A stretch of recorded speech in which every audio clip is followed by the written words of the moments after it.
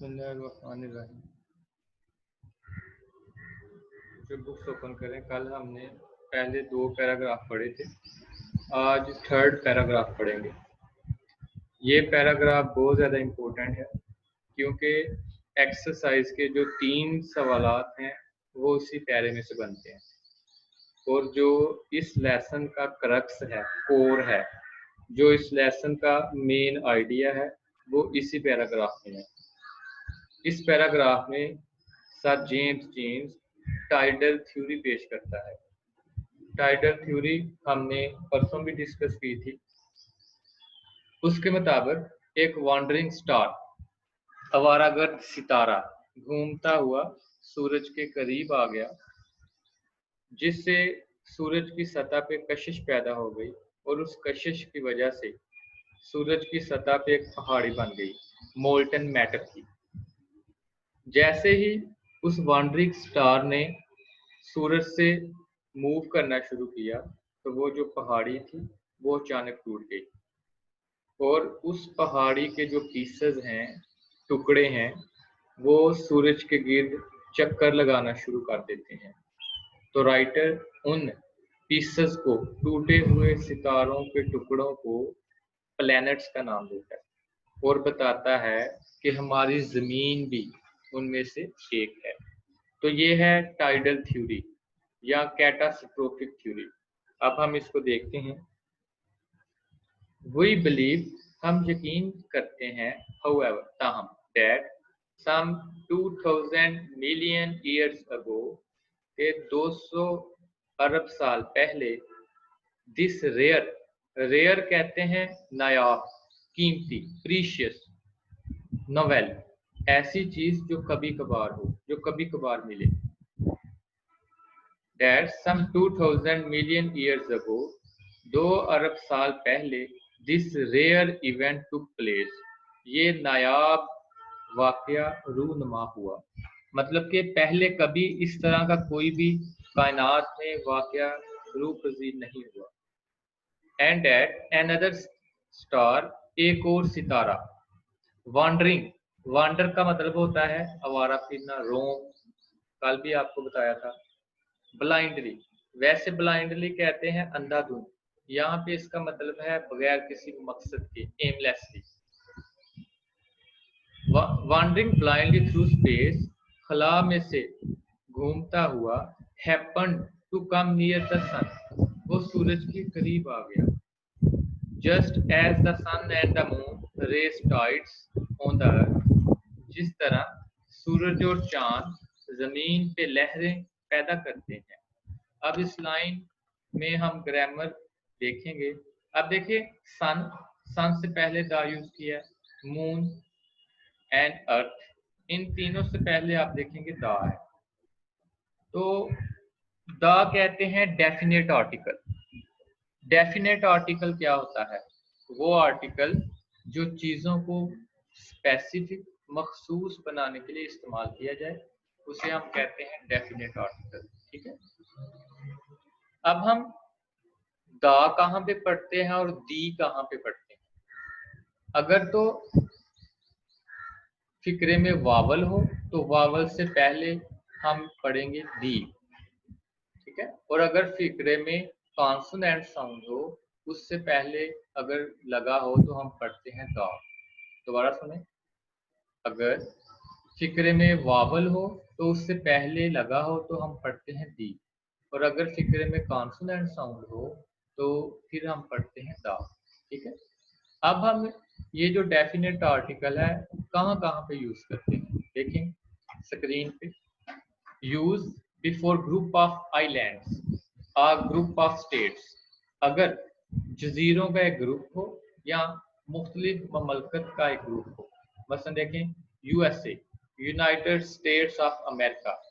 अब इसमें बहुत ज़्यादा रियासतें हैं, तो यूएसए से पहले हम द यूज करेंगे।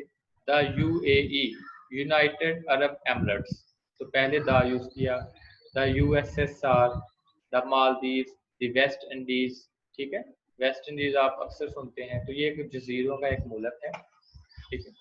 तो अगर जजीरों का कोई ग्रुप हो या कोई स्टेट्स हो तो उससे पहले हम दा यूज करेंगे। नंबर 2, कोई पहाड़ों की मतलब के रेंज हो पूरा, जिसे हम कोहे कराकरम कहते हैं, दी हिंदुकुश, दी हिमालय, ठीक है, जिसमें बहुत ज़्यादा पहाड़ियाँ शामिल, तो उससे पहले भी दा यूज करेंगे।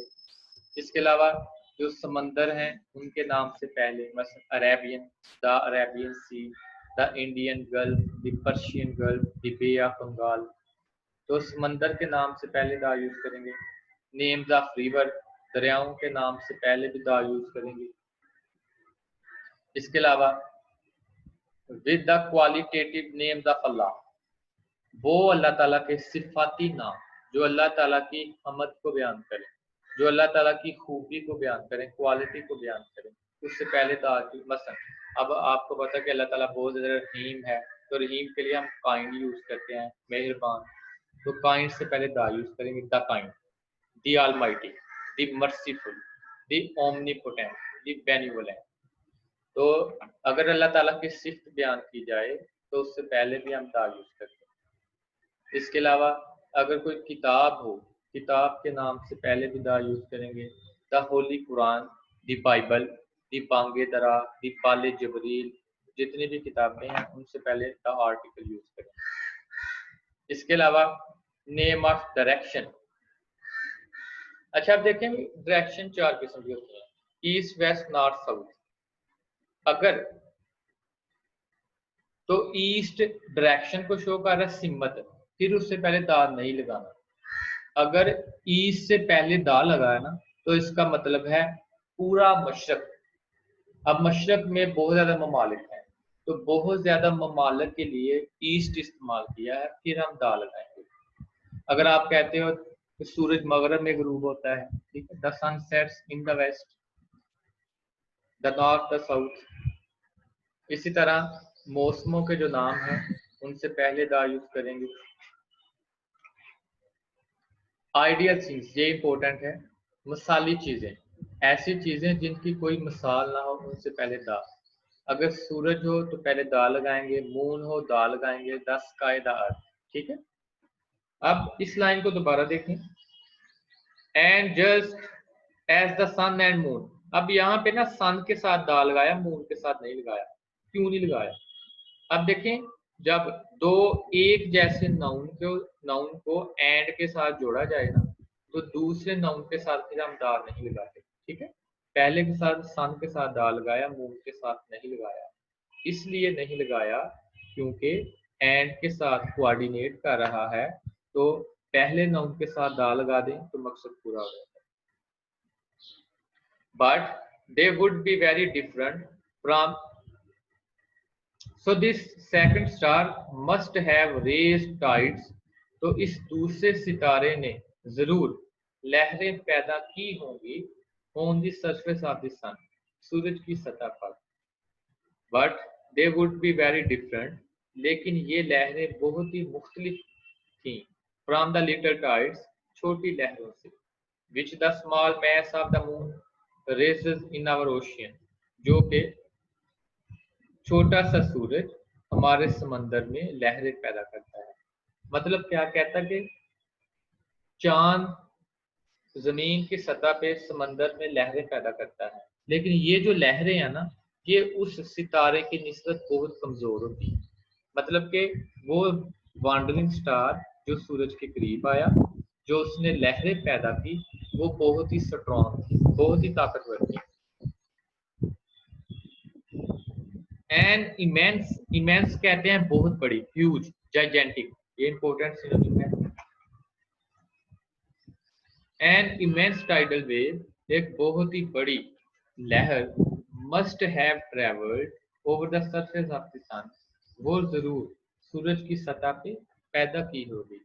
अब देखें मॉडल वर्ब, मस्ट हैव के बाद देखें थर्ड फॉर्म है, तो ये जो थर्ड फॉर्म है ना, इसको हम पास्ट पार्टिसिपल भी कहते हैं, ठीक है।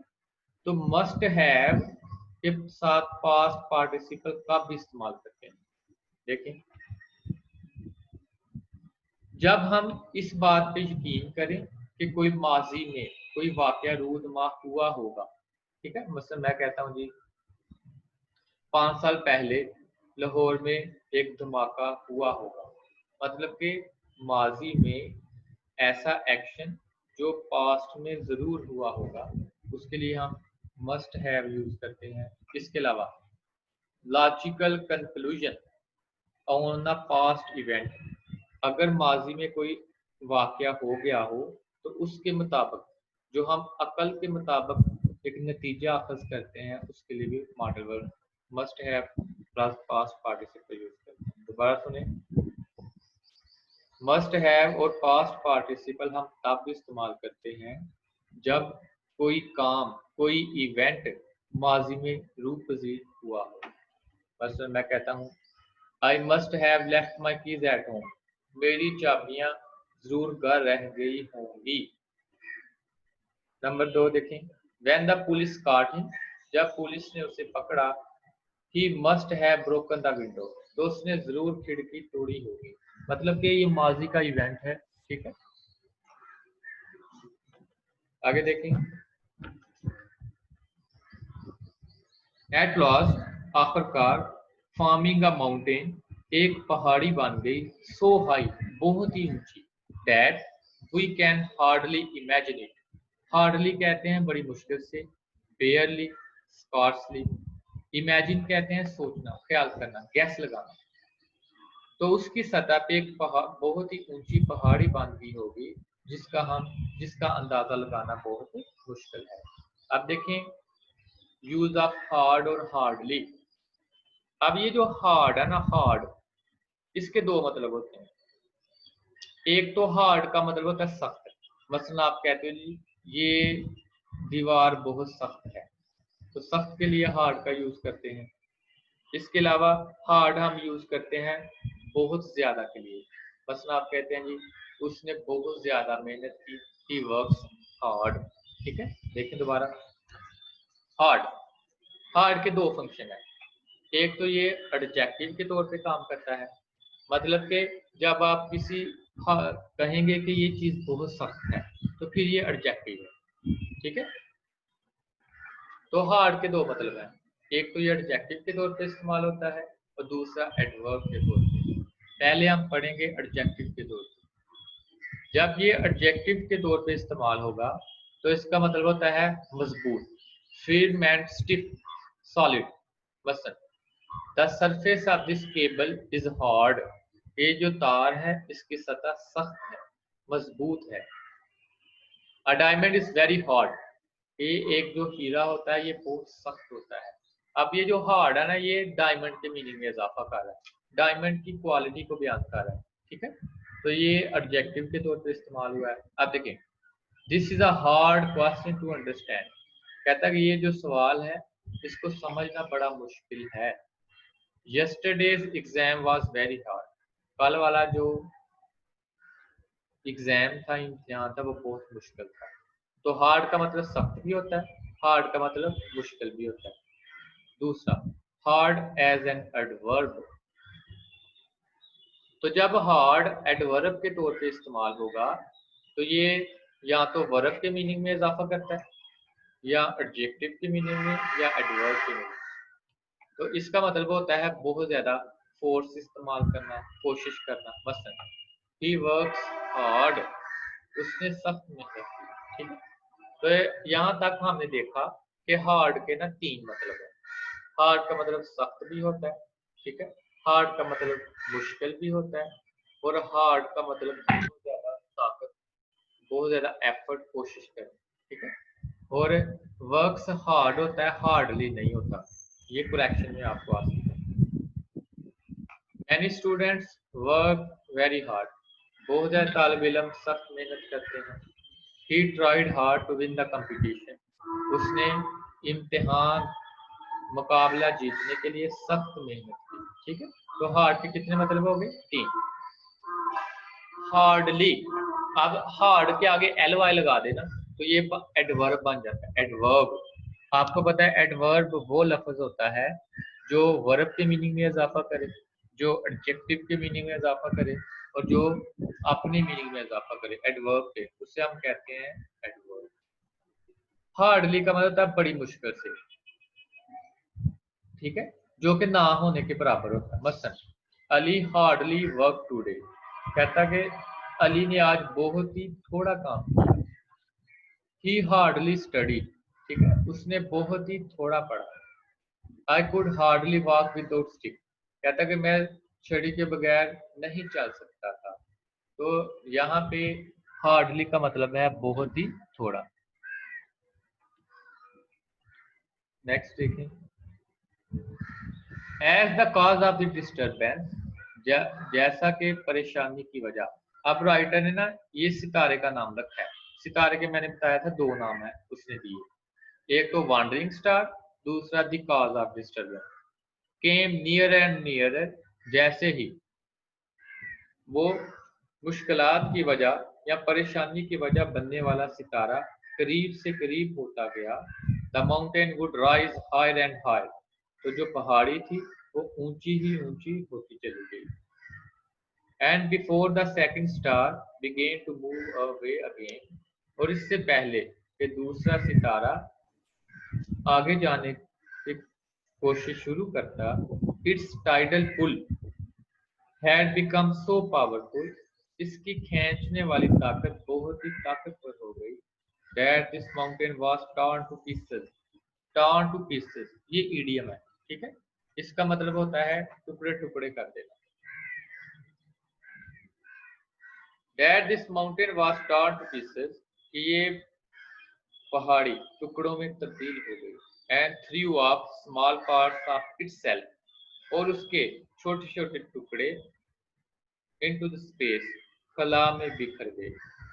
These small pieces have been going around the sun since ever, तब से ये छोटे छोटे टुकड़े सूरज के गिर्द घूम रहे हैं, चक्कर लगा रहे हैं, ठीक है। These small pieces have been going around the sun ever since. They are the planets. ये सियारे, ठीक है। तो एक्सरसाइज में सवाल भी है कि सियारे क्या होते हैं या सियारे कैसे मार्स के वजूद में आए। तो आपने ये सारी टारगेट थ्योरी पेश करनी है, ये इंपॉर्टेंट सवाल है। इससे 3 सवाल एक्सरसाइज में से बनते हैं जो कि आपने क्या। They are the planets great and small, ये सियारे हैं बड़े और छोटे। Of it our earth is one, और इसमें से हमारी जमीन भी एक है। मतलब कि वो जो टुकड़े जो सूरज की सतह से टूटे थे वो सियारे की शक्ल इख्तियार कर गए, और हमारी जमीन भी उनमें से एक है। The sun and other star, सूरज और दूसरे सितारे, we see in the sky, जो हम आसमान में देखते हैं, आर ऑल, वो तमाम, एक्सट्रीमली हॉट, बहुत ही ज्यादा गर्म है, for too hot for life to exist on them, इतने गर्म कि उन पे जिंदगी मुमकिन नहीं। आप देखें use of too, TOO, too, ये इंपॉर्टेंट है, करेक्शन में आपको अक्सर इनमें से सेंटेंस आते हैं, ठीक है। टू का क्या मतलब है? टू एडवर्ब के तौर पे इस्तेमाल होता है, इसका मतलब होता है बहुत ही ज्यादा, हद से ज्यादा। मसलन आप कहते हैं जी आज बहुत गर्मी है, मैं मोटरसाइकिल नहीं चला सकता, ठीक है, मतलब कि गर्मी शिद्दत से ज्यादा है और आप कोई काम नहीं कर सकते। तो इसका मतलब ये हुआ कि टू हम नेगेटिव मीनिंग में इस्तेमाल करते हैं, हैज नेगेटिव मीनिंग, टू हम नेगेटिव मीनिंग में इस्तेमाल करते हैं, और दूसरे हिस्से में हम टू इंफिनिटिव इस्तेमाल करते हैं। मतलब कि वर्ब से पहले टू यूज करें। एग्जाम्पल देखें, दैट इज टू हॉट, चाय बहुत ही गर्म है, टू ड्रिंक, के पी नहीं जा सकती।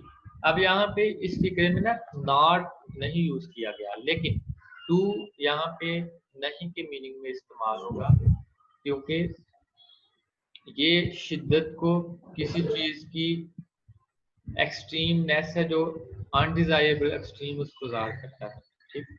दूसरा देखें, the sand is too soft to walk, रेत बहुत ही नरम है कि उस पर चला नहीं जा सकता, ठीक है। तो ये आपको याद रखना है। टू सॉफ्ट के बाद टू वॉक लगाया है, तो ये जो टू वॉक है ये टू इंफिनिटिव है। यहाँ पे करेक्शन में गलती होगी, इसको आपने ध्यान से देखना है, ठीक है। एक TO2, टू ये प्रेपोजिशन है, ठीक है। ये किसको शो करता है? डायरेक्शन को, सिमत को। मसलन आप कहते हैं जी मैं स्कूल की तरफ जा रहा हूँ, ठीक है, I am going to school, तो टू किसको शो करता है? डायरेक्शन को, डेस्टिनेशन को, आपका आप जहां पे जा रहे हैं आपके गोल को जाहिर करता है।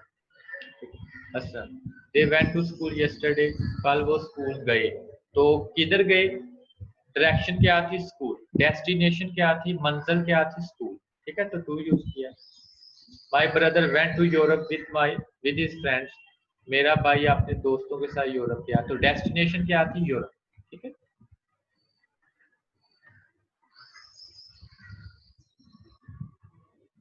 सो आल्सो नो डाउट, इसमें भी कोई शक नहीं, were the pieces of the sun, वो सूरज के टुकड़े थे, when they were first thrown up, जब वो अलहदा हुए। कहता कि जब सूरज से वो टुकड़े अलहदा हुए तो वो बहुत ही ज्यादा गर्म थे कि उन पे जिंदगी मुमकिन नहीं थी। ग्रेजुअली, ग्रेजुअली कहते हैं Aahista Aahista, slowly, bit by bit. They became cooler, Aahista Aahista वो ठंडे होते गए। अनटिल नाउ, यहाँ तक कि अब, they have very little heat of their own left, कि उनकी अपनी हरारत बहुत ही कम रह गई है। देयर वार्मथ, वार्मथ कहते हैं हीट, गर्मी, हरारत। कमिंग ऑलमोस्ट इंटायरली, इंटायरली का मतलब होता है completely. From the radiation, radiation किसे कहते हैं? रेज, शुआएं, which the sun pours down, पाउड कहते हैं अंडेलना, डालना, स्पिरिट ऑन देम, तो कहता कि उनकी अपनी जो हरारत है वो बिल्कुल ही खत्म हो गई है। अब ये जो उनके अंदर हीट है, इसके लिए वो मुकम्मल तौर पर सूरज की जो शुआएं हैं, जो सूरज उन सितारों पे डालता है, उन पे मुनहसर है। मतलब क्या कि पहले सितारे गर्म थे, हीट ज्यादा थी, लेकिन with the passage of time वो सियारे ठंडे हो गए। अब उनकी अपनी हरारत बहुत कम है, अब वो सूरज की हरारत को इस्तेमाल करते हैं।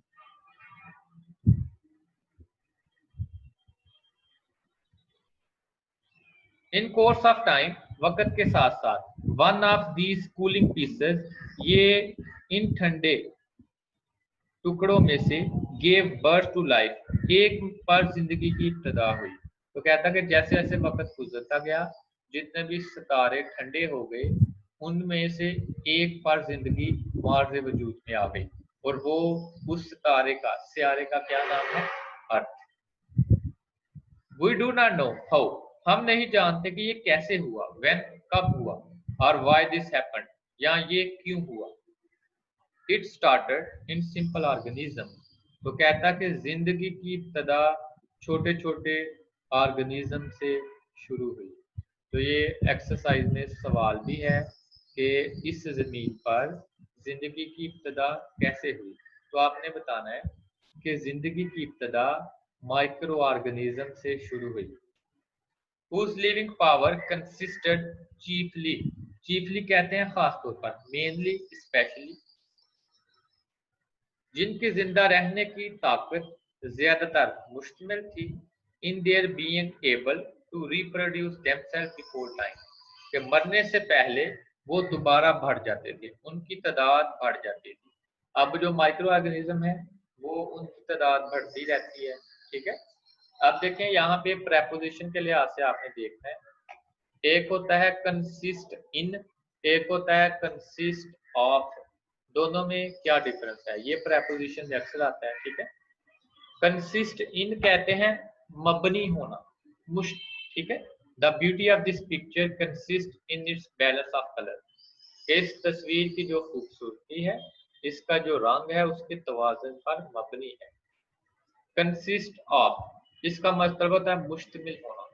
मसलन आप कहते हैं जी हमारा घर 10 कमरों पर मुश्तमिल है। ठीक है। Our house is consist of 10 rooms, या this house is consist of 10 rooms। ठीक है।